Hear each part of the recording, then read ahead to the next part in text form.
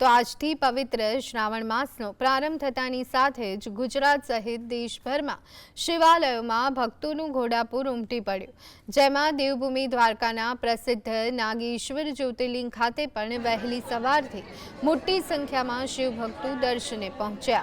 હર હર મહાદેવના જયઘોષથી સમગ્ર મંદિર પરિસર શિવમય બની ગયું। ભક્તોએ ભગવાન ભોળાનાથને જળાભિષેક અને દુગ્ધાભિષેક કરી પરિવારની સુખ શાંતિ અને સમૃદ્ધિ માટે પ્રાર્થના કરી। શ્રાવણ માસ દરમિયાન મોટી સંખ્યામાં ઉમટનારી ભક્તોની ભીડને ધ્યાને રાખી મંદિર તંત્રએ પણ જરૂરી તમામ વ્યવસ્થાઓ કરી હતી, જેનાથી ભક્તિ અને આસ્થાનો આ પવિત્ર માસ ઉત્સાહપૂર્વક શરૂ થઈ ગયો છે અને ત્યારે ભક્તો અત્યારે હાલ દર્શન માટે ઉમટી પડ્યા છે।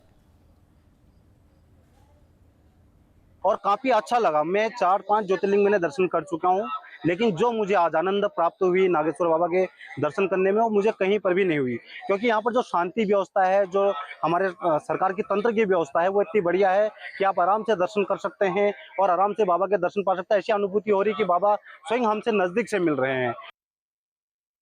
तो बहुत अच्छा लगा। सावन के महीने में आपके अच्छे से दर्शन हुए और पहले हम द्वारका गए थे, द्वारका से यहाँ दर्शन करने आए और बहुत अच्छा लगा और मौसम भी बड़ा सुहाना हो रहा है, तो बहुत ही अच्छा लगा।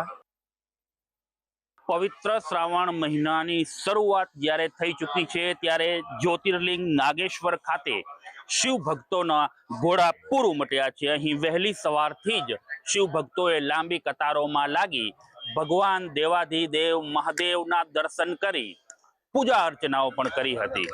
समग्र श्रावण महीना दरमियान देवाधिदेव महादेव ने रिझववा माटे देश अने विदेशथी शिव भक्तो छे ते नागेश्वर ज्योतिर्लिंग खाते आवता होय छे अने मंदिर प्रशासन तेमज सरकार द्वारा पण अहीं श्रद्धाळुओने कोई पण जातनी तकलीफ न पड़े तेना माटे विशेष सुविधाओं पण उपलब्ध कराववामां आवती होय छे। Ashok Manek, GSTV news, Dwarka.